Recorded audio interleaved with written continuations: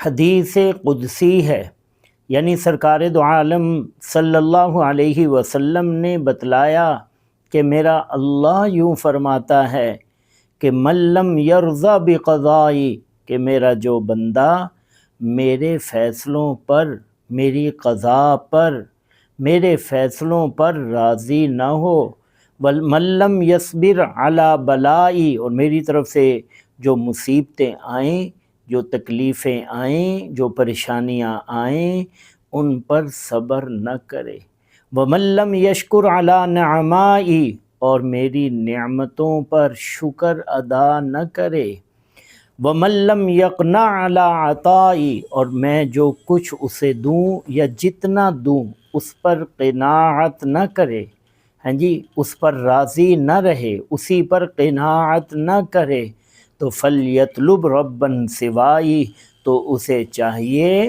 کہ وہ میرے علاوہ کوئی اور رب تلاش کر لے۔ اب اور رب کون ہے؟ کسے ملے گا؟ کوئی ہوگا تو ملے گا۔ اس لیے ہمیں کیا چاہیے کہ اللہ کے فیصلوں پر راضی رہیں، اور اللہ کی طرف سے جو حالات آئیں ان پر صبر کریں، اور جو نعمتیں ملیں ان پر شکر ادا کریں۔ جو نعمت ہو اس پر شکر ادا کریں، تو اس سے کیا ہوگا؟ رب کی رضا حاصل ہو جائے گی، اور اللہ کے اطاعت گزار اور شکر گزار بندوں میں شامل ہو جائیں گے۔